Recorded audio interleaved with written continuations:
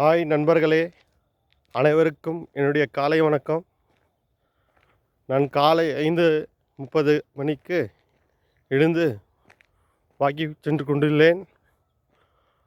நம் நண்பர்களும் அனைவரும் வாக்கிங் போகுமாறு கேட்டுக்கொள்கிறேன். ஏனென்றால் பனிக்காலம் என்பதால் இரத்த அழுத்தம் மற்றும் சர்க்கரை நோய் சீராக இருக்காது.